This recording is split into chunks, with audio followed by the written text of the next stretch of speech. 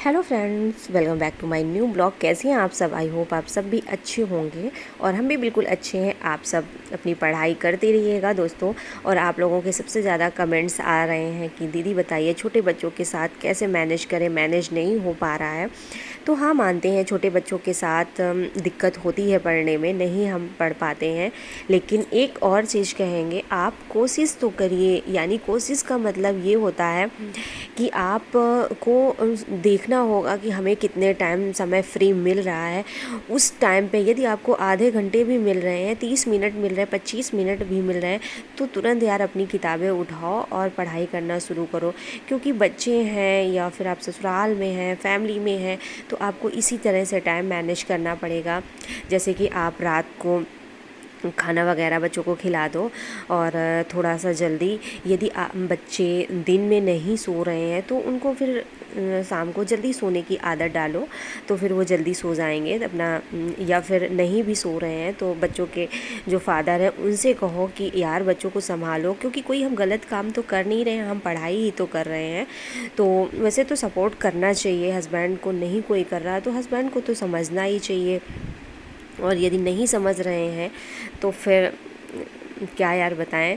तो बच्चों को किसी तरह से आदत उनकी भी डालो। जैसे कि बच्चों की आदत यदि आप डाल दोगी कि शाम को जल्दी से सोने की, कि वही 8 साढ़े 8 बजे बच्चों को सुला दिया। यदि दिन में नहीं सो रहे हैं, दोपहर को नहीं सो रहे हैं, तो 8:30 बजे तक सुला दिया। फिर खाना वगैरह खा के अपना 9 बजे फ्री हो जाओ। इसके बाद पढ़ सकती हो आप 11 साढ़े 11 12 बजे तक। अब इसमें कहो कि नहीं हम बहुत थक जाते हैं, नींद आने लगती है, तो यार देखो जो लोग पढ़ रहे हैं तो उनका भी स्ट्रगल ऐसा ही है। वो ऐसा नहीं है कि मतलब बस 9 बजे काम किया फिर सो गए।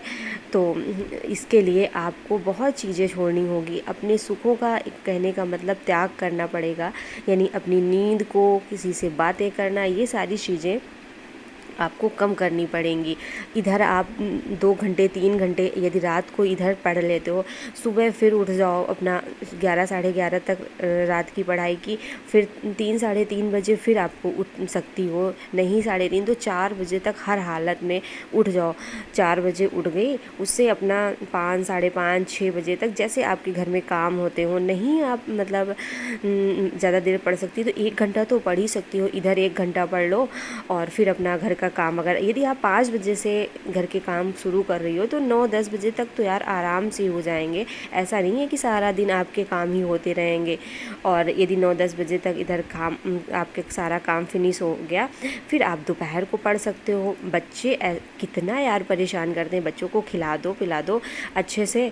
अपना बच्चे खेलते रहते हैं, बच्चे खेल रहे हैं, आप वहीं पे पढ़ाई कर रहे हो। या फिर आपके 2 से 3 बच्चे हैं, किसी किसी के कमेंट होते हैं हमारे 3 बच्चे, किसी के 2 बच्चे हैं, तो यार बच्चे आपस में भी तो खेलते रहते हैं।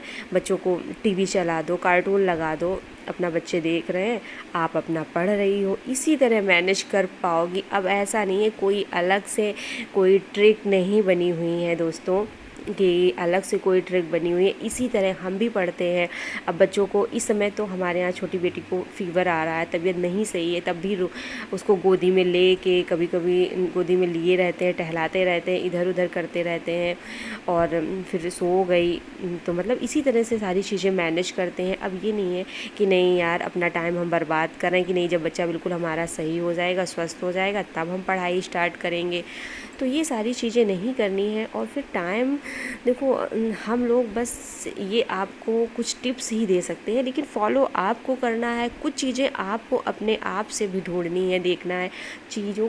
टाइम को जब तक चुराओगी नहीं, कहने का मतलब जब तक निकालोगी नहीं ज़बरदस्ती, तब तक नहीं निकलने वाला है। तो इसलिए आप खुद पहली बात तो तैयार होइएगा कि हमको एग्ज़ाम देना है। तो यदि एग्ज़ाम देना है तो उसके लिए आपको बहुत मेहनत करनी पड़ेगी, थोड़ी मेहनत से नहीं होने वाला। और जिन लोगों ने क्लियर किया है एग्ज़ाम को, तो उन लोगों से पढ़ लो। और आप खुद इतने मैच्योर हो, इतना आपने बीएड वगैरह किया है कि आपको थोड़े से पढ़ने से जॉब मिल जाएगी। जाएगी कि ज़्यादा पढ़ने से जॉब मिल जाएगी, ये सारी चीज़ें रहती हैं।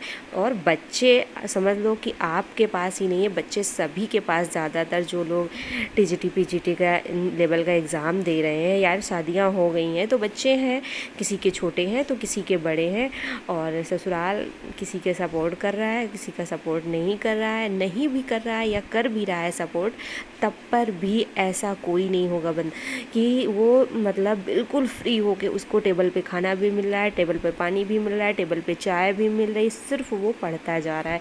ऐसा कोई नहीं होगा, सबको कुछ ना कुछ काम करना ही पड़ता होगा।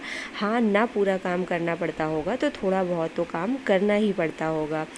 तो इस मतलब सिचुएशन से निकलने का यही एक रास्ता है। यदि आपको पढ़ना है, पहली बात तो अपने को मोटिवेट रखो, 24 घंटे एक्टिव रखो कि हमको कितनी नींद से हमारा काम चल रहा है। 2 से 3 घंटे भी यदि आप सो रही हो तो ऐसा नहीं है कि आप 2 4 8 दिन 10 दिन आपको दिक्कत होगी, फिर आदत में आ जाएगा तो इतनी दिक्कत नहीं होगी।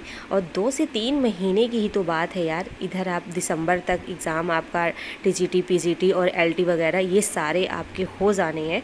तो अपने दिमाग में एक ये भी चीज़ रखो, क्योंकि जब होता है ना कि हम कोई चीज़ को सोच लेते हैं कि यार हमको अभी बहुत लंबा रास्ता करना है, 10 साल 5 साल 3 साल का रास्ता तय करना हो, तो हम पहले ही डर जाते हैं। तो दिमाग में ये रखो कि बस 2 ही 3 महीने की बात है, 2-3 महीने कम सो लेते हैं तो यार कुछ चीज़ों को छोड़ दें और बस 2-3 महीने बाद फिर से खूब सोएंगे, फिर से खूब एंजॉय करेंगे। तब तक के लिए एक बस किताबों में अपनी दुनिया बना लो और बच्चे भी संभल जाएंगे। बच्चों को भी लगने लगेगा कि नहीं, हाँ माँ भी परेशान हो जाती है, माँ भी देखती है। ऐसे नहीं, बच्चे बहुत समझदार होते हैं। बस आप तो रेडी हो पढ़ने के लिए। आप जब तैयार हो जाओगी, अच्छे से पढ़ाई करोगी, सारी चीज़ें सही हो जाएंगी। तो फिर मिलते हैं अगले ब्लॉग के साथ। तब तक के लिए bye bye, thank you, take care. आप सब अपना ख्याल रखिए और निकालिए टाइम, पढ़ते रहिए।